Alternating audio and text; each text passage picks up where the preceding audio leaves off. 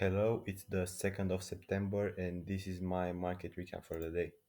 So, starting the day off, despite us being in a 4 hour and 1 hour bearish structure on both MES and MNQ, I was bullish due to the fact that soon after market opened, Nasdaq came lower and took out both of these high time frame lows while MES didn't and created a bullish SMT in the process. So, after seeing this, I decided to be bullish, and up until this sort of balancing point with midnight open, which I marked out by taking the equilibrium of this range. I don't know why it lags so much, but yeah, I marked it out like this. So that was my primary target. Price broke structure soon after taking out those high time frame lows, but unfortunately I did not get an order block retracement or this or fair value gap retracement before hitting my main target. And for some reason, even though I thought about not taking a trade, since my primary objective being price reaching this had already been reached for the day, I still took one from the equilibrium of this range, and I shouldn't have since it was invalid. The trade in itself wasn't that bad. I mean, had this only come, had it only reached to like here and then come down to equilibrium, then it would have been a good trade.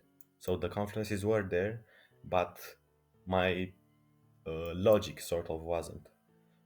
I was unaware, or I was unaware. I dismissed the fact that we had already taken out my target, and thus I caught this bad move.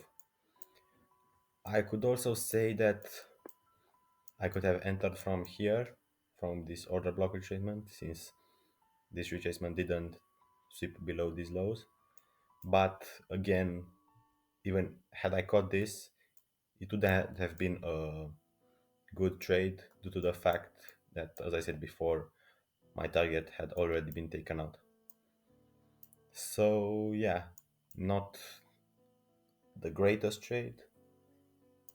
My bias was right up until this point, but after seeing this get taken out and 5 minute structure switching once again to bearish, I should have realized, or I should have told myself and convinced myself to not take a trade. But unfortunately, I didn't do that. But now I know once again why I shouldn't take a trade in such conditions.